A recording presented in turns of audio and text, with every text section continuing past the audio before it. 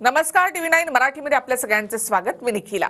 निवडणूक आयोगाच्या भरारी पथकाकडून सध्या राज्यातील नेत्यांच्या बॅगांची तपासणी केली जाते. उद्धव ठाकरे यांचा बॅग तपासणीचा व्हिडिओ व्हायरल झाला आणि त्यानंतर आजही सिंधुदुर्गमध्ये बॅगांची तपासणी झाली.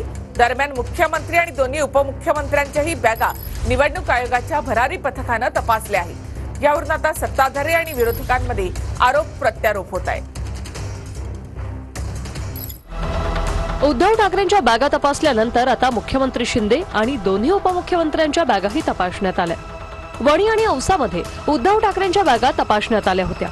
त्यानंतर आता मुख्यमंत्री शिंदे आणि उपमुख्यमंत्री अजित पवार यांची बॅग तपासण्यात आली.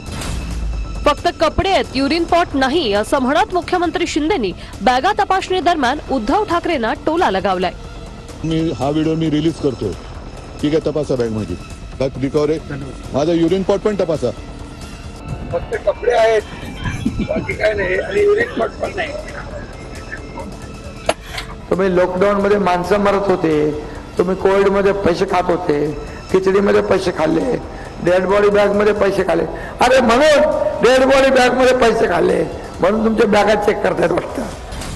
निवडणूक आयोगाच्या अधिकाऱ्यांनी बारामतीत हेलिकॉप्टरमध्ये अजित पवारांच्या बॅगेची तपासणी केली. बारामतीवरून बीडला जात असताना बॅगांची तपासणी करण्यात आली. निवडणूक अधिकाऱ्यांकडून देवेंद्र फडणवीसांची बॅग तपासल्याचा व्हिडिओही समोर आलाय. व्हिडिओ ट्विट करत भाजपकडून उद्धव ठाकरेंवर निशाणा साधण्यात आलाय. बॅग तपासणीवरून ठाकरेंना टोला. जाऊ द्या, काही नेत्यांना तमाशा करायची सवयच असते. हा व्हिडिओ पहा.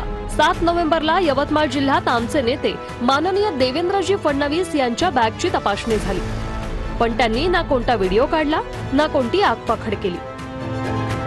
तत्पूर्वी 5 नोव्हेंबर रोजी कोल्हापूर विमानतळावरही माननीय देवेंद्रजी फडणवीसांच्या बॅगेची तपासणी झाली. दिखाव्यासाठी केवळ संविधान हाती घेऊन चालत नाही, तर संवैधानिक व्यवस्थाही पाळाव्या लागतात. भाजप महाराष्ट्र अधिकृत ट्विटर खातं. राजकीय नेत्यांच्या बॅगा तपासणं हे नियमानुसारच असल्याचं स्पष्टीकरण निवडणूक आयोगाने दिले. वेळ आल्यास अमित शहा आणि नड्डांचं हेलिकॉप्टरही तपासलं जाईल असं निवडणूक आयोग म्हटलंय. आचारसंहितेनुसारच राजकीय नेत्यांच्या साहित्याची तपासणी करण्यास परवानगी. निवडणूक आयोगाकडून स्पष्टीकरण. ठाकरेंच्या आधी फडणवीसांच्या बॅगांची तपासणी का झाली नाही? आधी तपासणी झाली होती, मग त्याबाबत सांगितलं का नाही? विरोधी पक्षाच्या नेत्यांना टार्गेट केलं जात असल्याचं सुप्रिया सुळे म्हणाल्या. तर उद्धव ठाकरेंच्या प्रचारावर बंदी आणा, अधिकाऱ्यांचं नियुक्ती पत्र मागण्याचा ठाकरेंना अधिकार काय, असा सवाल नितेश राणेंनी केलाय. उद्धवजींना टार्गेट केलं जाते, रोज उद्धवजींची, मामोल कोल्हेंची, असं कसं होऊ शकतं?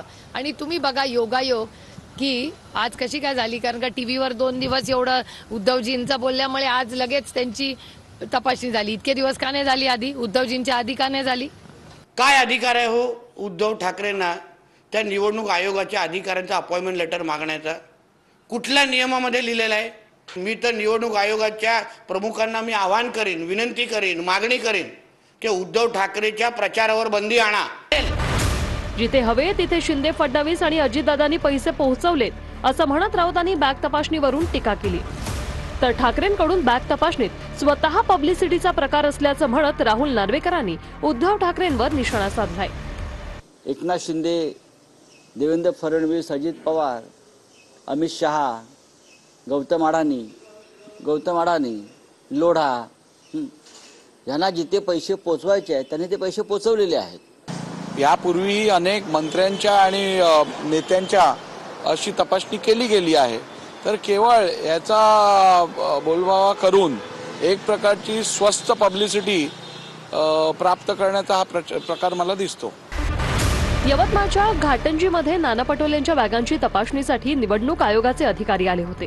मात्र पटोलेंकडे बॅगच नसल्यानं तपासणी न करताच माघारी परतले. गोवा महाराष्ट्र बॉर्डरवर गाडी अडवल्याने ठाकरे संतापल्याचं पाहायला मिळाले. एन्सुली चेकपोस्टवर ठाकरेंची गाडी अडवण्यात आली होती. माझी बॅग जी तपासली गेली उद्धवजींच्या आधी, त्याचा व्हिडिओ आज तुम्ही बघितलेला आहे. आजही मी इथे उतरलो तर माझी बॅग तपासण्यात आली आहे.